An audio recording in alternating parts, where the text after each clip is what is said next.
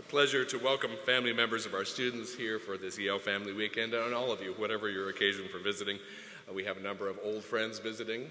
I saw Stefan, and I see Yang, and Xiao is back, and so it's good to feel our community coming back together. To the parents, I want to say thank you for loaning us your children for these years. I hope it's a good experience for them, and I know it will be for us. Thanks. As I say each year, in clarification for the parents, when you're leaving the church today and you're shaking my hand, the fact that I do not recognize your child or know their name has absolutely nothing to do with their pattern of attendance at church. It is clearly the fault of my aging brain alone. Every year I have to say we seem to be cursed with the worst possible scripture texts for Parents' Weekend. I think this is by far the worst we've had. Though last year I believe we had Jesus saying, "Whoever comes to me and does not hate their mother and their father cannot be my disciple." This year is not much better. We come to Battelle Chapel in hopes of a word of gentle inspiration, of unity and hope. And what do we get? All four of our scriptures are about how the rich are going to hell. A little light reading for Sunday. From 1 Timothy, we get the well-worn maxim, "For the love of money is the root of all kinds of evil," as Ron read. From the prophet Amos, we get the warning to those who are comfortable on their ivy couches, who feel secure, who enjoy the good life, that they will be the first in Israel to be exiled. Even the psalmist, who we can usually trust to be kind to us on rough lectionary days, reminds us that our hope and happiness, yes, is in God, but that this God is first and foremost about justice for the oppressed and food for the hungry. And finally, this brutal story Ted read from Luke's Gospel. If you know it, you know how tough it is. With the rich man, the one who feasted sumptuously in purple robes, now roasting in Hades. While the poor man, ignored by the rich man, though he was dumped on the rich man's steps every day, is now in heaven, sitting on Father Abraham's lap. And not only that, the justice of this reversal of fortunes isn't even open for discussion. Father Abraham says, "Sorry, that's the way it is. The rich man had a good in this life, and so now is in agony. And the poor man suffered evil, and so is comforted." This is the good news of the gospel. Especially at Yale, these are sort of hard words to hear. We are a very, very privileged community. And I don't know if your upbringing was anything like mine, but polite people don't talk about money. My mother always said talking about money was gauche and was not for polite conversation. Here we have very many rich people in our community and also very many poor people. So talking about money risks high emotion and sometimes defensiveness. Talking about money makes everyone uncomfortable. Everyone worries that they're judged because they have too much or too little, and so we just don't talk about it, except in the most clinical and distant economic terms. But sadly, the Bible this Sunday won't let us alone. There's no easy way to spiritualize this message. The prophets keep poking at everything we want to keep secret. The prophets keep sticking a fork into that point that we most want to hide. And I think the reality is that our idea of money in this society is as twisted as it was for the rich man. A few generations back, it seems like faith was our foundation, our source. And money was a necessary evil to be carefully kept in its place. But today I would suggest money and security are now our unquestioned religion.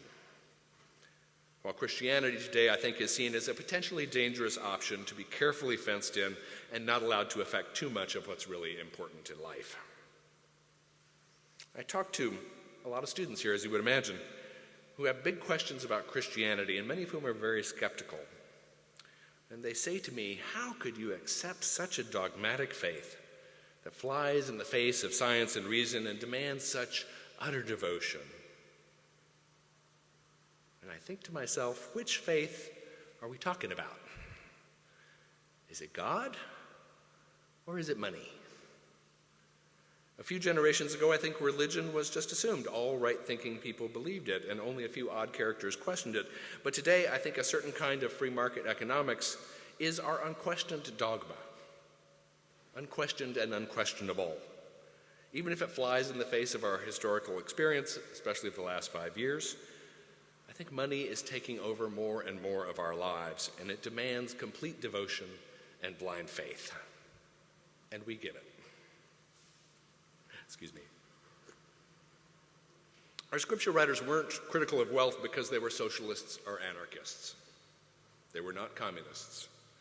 Wealth, they said, could be a blessing from God, but instead, they saw in their own times that the love of money caused bad things to happen, caused inequality and suffering and corruption.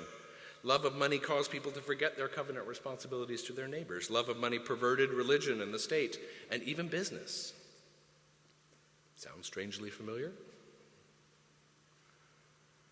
And it would be wonderful if this applied only to the 1% at the top, or the 1/10 of 1%, or the 100th of 1%. But those folks couldn't get away with it. They couldn't get away with what they get away with if we didn't buy into the same dogma that put them where they are. I don't know about you, but I think about money. I think about the future, and I worry. I worry about retirement savings and home repairs and all sorts of silly things, and I spend a lot of time thinking about it. And what struck me as I was writing the sermon, I was thinking about that rich man and that poor man, is that God never comes into that conversation in my head. Money is in its own little territory over here, and it has nothing to do with God. It is its own God. I think we've been persuaded that economics is real and God is a pleasant fantasy. We've been convinced that it's impolite to say that love of wealth could be immoral or even unholy. This summer I was on vacation and I heard Professor Michael Sandel, who teaches at some college in Cambridge, Massachusetts. I've never heard of it. And he argued that the free market revolution of the last 35 years means that now everything is available for a price. Never thought about it this way, but he gave examples. He said in Santa Ana, California, you can upgrade your jail cell for $82 a night. He said you can now pay a woman in India $6,250 to carry your child as a surrogate mother. You can pay $10,000 for designer eggs and sperm to guarantee a perfect child. And most scarce of all, you can pay $1,500 a year and get your doctor's cell phone number. Lobbyists in Washington are paying homeless people $15 to $20 an hour to hold places in line for them at important hearings. Sandel questions whether it's right for markets to run more and more of our lives, for there to be for-profit schools and hospitals and prisons and police, and now even a for-profit military. And his grounds for questioning are not themselves religious, but they sound just like Amos and Timothy. In a society where everything is up for sale, inequality grows and the poor suffer more deeply. And Sandel has this passage. He says, if the only advantage of affluence was the ability to buy yachts or sports cars or fancy vacations, inequality wouldn't matter much. But as money comes to buy more and more, political influence, good medical care, a home in a safe neighborhood, access to elite schools, the distribution of income and wealth looms larger and larger, and where all good things are bought and sold, having lots of money makes all the difference in the world. It can separate life and death. Sandel also argues that putting every public good up for sale corrupts these goods. I never thought of it this way. He says markets not only allocate goods neutrally, but they express and promote certain values, and that perhaps some things should not be put up for sale. Education, he said, health. Perhaps there are things that shouldn't be for sale. Historically, we've decided that people should not be put up for sale. We called that slavery. Children should not be bought or sold. You shouldn't be able to pay someone to do your jury duty for you. It's a funny thing that we draw the line there. that you can't sell your vote on eBay. We do draw lines. I think we're getting perilously close to breaking these ancient rules. Without even realizing it, I think we've handed over our society to the religion of money, to the free market, which proudly says it is amoral. In St. Luke's story about the rich man and Lazarus, the rich man's problem was not his money. It was that he never saw Lazarus lying at his doorstep. Lazarus was there every day begging for crumbs, but the rich man was surrounded by high walls and many servants whose job it was to be sure that he never saw anything unpleasant. Wealth doesn't have to insulate us from the suffering of the world, but most often it does. As John Stendhal has written, the chasm between Hades and Abraham's abode is wide and unbridgeable in the Scripture, but no wider or more unbridgeable than the chasm between the rich man's feasting room and Lazarus laying at his steps. And we are living in a world where the chasm between rich and poor is becoming just as wide and just as unbridgeable. More than ever, the rich are getting richer and the poor are locked into poverty without hope. And my message today from our Scripture is that God cares about this. I read on Friday about Robert Benmash, chairman of AIG, one of the corporations responsible for the 2008 financial collapse, who recently compared public opposition to high executive bonuses to lynchings in the Jim Crow South. Really? It would be easy to hate the rich, but then I think that compared to most of the world, I'm the rich. It'd be easy to blame the rich for everything, but the problem, I think, is much bigger than that. It isn't just a few folks. We've taken God and morality out of the world and replaced them with an amoral mechanism, an unquestioned faith that the free flow of capital is a natural law and supersedes God's law. Sandel writes, markets don't pass judgments. They don't have morality. If someone is willing to pay for sex or a kidney and a consenting adult is willing to sell, the only question the market asks is, how much? But we do come to church for good news, not bad news, right? And there is good news today. God is bigger than the Federal Reserve, the IMF, the New York Stock Exchange, and the Fortune 500. And God's prophets want to tell us that we don't have to live in this kind of society. We're enthralled by markets and money under a kind of spell that says justice and morality really don't exist. And even if they did, there'd be no way to enforce them. But our scriptures break the spell. They remind us that our communities are bound by a covenant to care for the poor and the suffering, to recognize injustice and corruption around us, and to believe that God and God's people have the power to change anything, even our economic system. I wonder what would happen if, instead of presuming that we have to start with this system, what if we were to presume to start with God's kingdom, where justice rolls down like waters and righteousness like an ever-flowing stream? If that kingdom were our starting point, and we just worked out the details from there. Jesus had a lot to say about wealth and poverty, as does the whole Bible. But most of all, Jesus himself wanted to bridge the chasm that isolates the poor and give a new vision where dishonest tax collectors would volunteer to give back their money. That's one Bible story.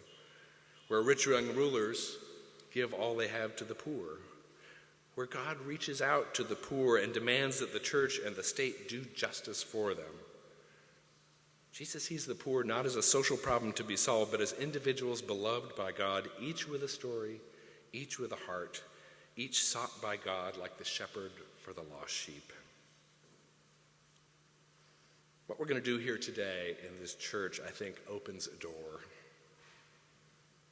We'll come to this table in a few moments, where everyone eats the same bread and drinks the same wine, where there is no first class, where there is no platinum reward level. And after worship, we'll make sandwiches, not fancy sandwiches, just plain sandwiches, ham and turkey and peanut butter and jelly. And we'll go out on the green after church, and we'll do our best to treat every person we meet there as an honored guest. On this day, I want to think about the possibility that money is just a tool. Money is just something we can use for good ends or bad ends, and that we are not locked into a system from which we cannot escape. That there is such a thing as holiness and righteousness and morality in our use of money. And I don't want to claim I've got it, because I know I don't. You don't want to look at my credit card bill. I spend money on really stupid things, a lot of it. I spent $500 on a pair of shoes over summer vacation, and I love those shoes. But I think there is a way for us to reclaim our lives from this system that entraps us, and the system that makes us unhappy and uncomfortable because we see the state of the world we're in and we want to break free. And the gospel shows us the way, shows us a different way, a different vision. So I want to thank you, parents and families, for sending your children here. They are remarkable. They are super smart, they are hopeful, and they are motivated.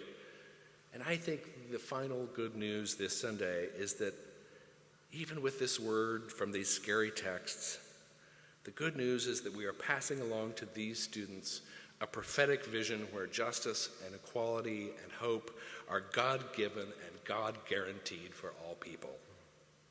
The good news is that they will see the world differently, and they will challenge what we presumed was the only way to run the world. And they will show us new paths to God's kingdom. Amen.